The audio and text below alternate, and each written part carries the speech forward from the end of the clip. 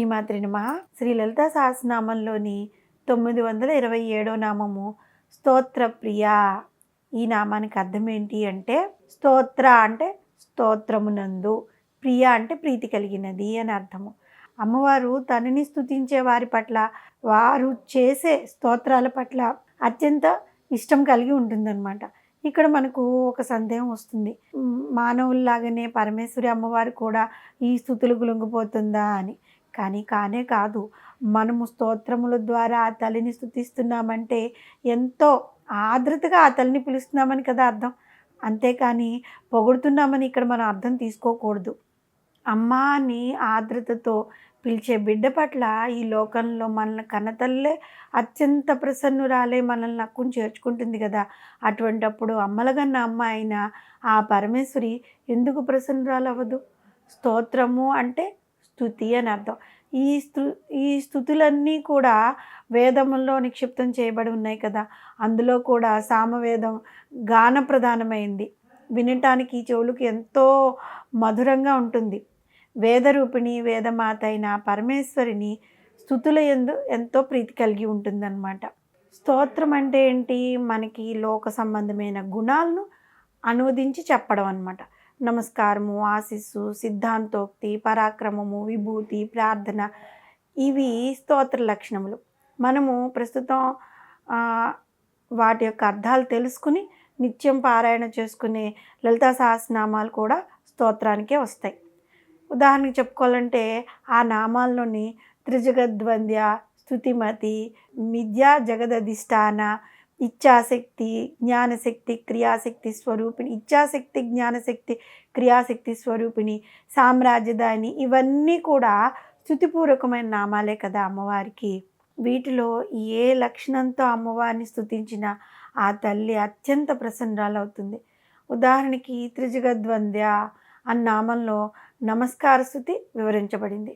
స్తుతిమతి అనే నామంలో ఆశీపూర్వక స్తుతి ఉంది. మిథ్యా జగదధిష్టాన అనే నామాన్ని సిద్ధాంత స్తుతి అంటారు. భండాసురేంద్ర నిర్ముక్త శస్త్ర ప్రత్యక్షవర్షిణి అనే నామము పరాక్రమ స్తుతి.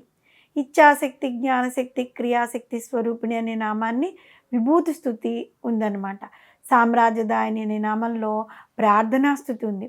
ఈ విధంగా నకదీతిథి సంచన నమజ్జన తమోగుణ అంటే కాలి కొనగోడ్చే భక్తుల అజ్ఞానాన్ని హరింపజేయగలిగింది అనే నమస్కార స్థుతి ఉంది. ప్రజ్ఞాన ఘన రూపిణి అంటే ప్రజ్ఞానం బ్రహ్మ, అహం బ్రహ్మాస్మి, తత్వమసి, అయామాత్మ బ్రహ్మ అనే 4 వేదాంత వాక్యాలను తెలిపే నామం సిద్ధాంత స్థుతి అన్నమాట. అది తుష్టి పుష్టిర్మతి ధృతి అంటే ఏంటి? సర్వజీవుల్లోనూ తుష్టి రూపంలోనూ, పుష్టి రూపంలోనూ, ధృతి రూపంలోనూ నిలిచి ఉన్నావు అనేది విభూతి స్థుతి. సర్వాపద్వ నివారిణి అంటే నీవు సకల ఆపదలను నివారించగలిగిన దానవు అనే నామం ప్రార్థనా స్థితిలోకి వస్తుంది. ఈ విధమైన లక్షణములు కలిగిన స్థుతులు యందు ఎంతో ప్రీతి కలిగి ఉంటుంది ఆ తల్లి. మనము మంత్రపూర్వకంగా దేవతల గుణములను ఉచ్చరించు వైదిక స్థుతులు ప్రియంగా కలిగినవి ఆ పరమేశ్వరి. రాజరాజేశ్వరి అష్టకము, అన్నపూర్ణాష్టకము, మహిషాసురి మర్దిని స్తోత్రము, శ్యామలాదండకము, ఇవన్నీ కూడా అమ్మవారికి అత్యంత ప్రియమైన స్తోత్రములు అన్నమాట. స్తోత్రము అంటే మనం ఏ దేవతను తలుచుకుంటున్నామో ఆ దేవతకు సంబంధించిన స్తుతి అన్నమాట. ఈ స్తోత్రములు బ్రహ్మజ్ఞానాన్ని, ఆత్మజ్ఞానాన్ని కలిగి ఉండి భక్తులకు మోక్ష ప్రాప్తిని కలగజేస్తాయి. కాబట్టి పరమేశ్వరి లలిత అంబిక స్తోత్ర ప్రియ అని వసన్యాది వాగ్దేవతల చేత కీర్తింపబడింది. అమ్మవారి యొక్క గుణగణములను, లీలలను, మహిమలను, ఆ తల్లి యొక్క స్వభావమును, తత్వమును కీర్తింపచేసేవి స్తోత్రములు.